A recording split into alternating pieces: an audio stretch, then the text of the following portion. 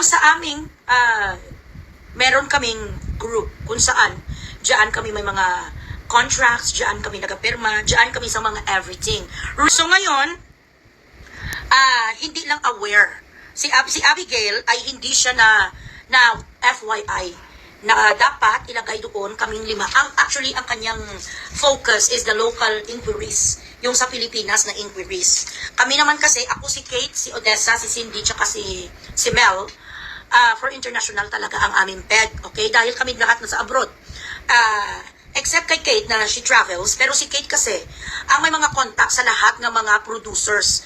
Kate and Mama Aida Patana were partners. Si Kate is the financier of Mami Aida.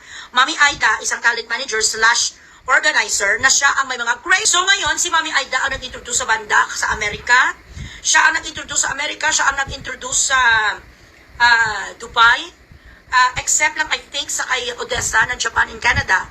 Pero makakilala din sila. Kasi itong si Odessa, na producer ng Canada at ng Japan, matagal din nakilala actually si Elias. Sa kaluman pa lang sila. So when Abby posted sa kanilang page ng inquiry, it is actually a, what you call this, ano lang pala, generic lang okay, dito, the official, blah, blah, blah. Bakit ni Abby yun nilagay?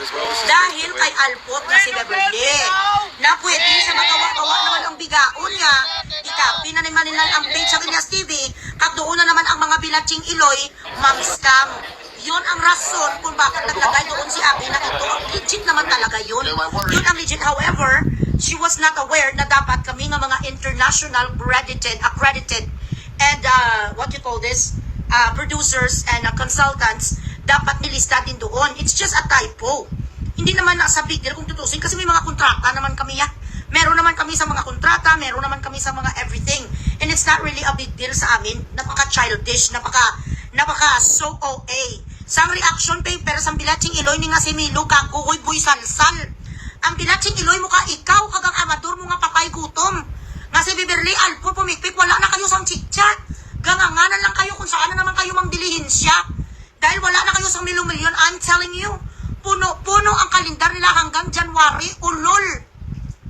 And most of it, nasa abroad ang kanilang, what you call this, ang kanilang mga bookings. Umaabot na sila ngayon, 800,000, 1 million, 1.5 million, depende kung ilan ang kanilang gigs, okay? Ako lang ang nagsabi.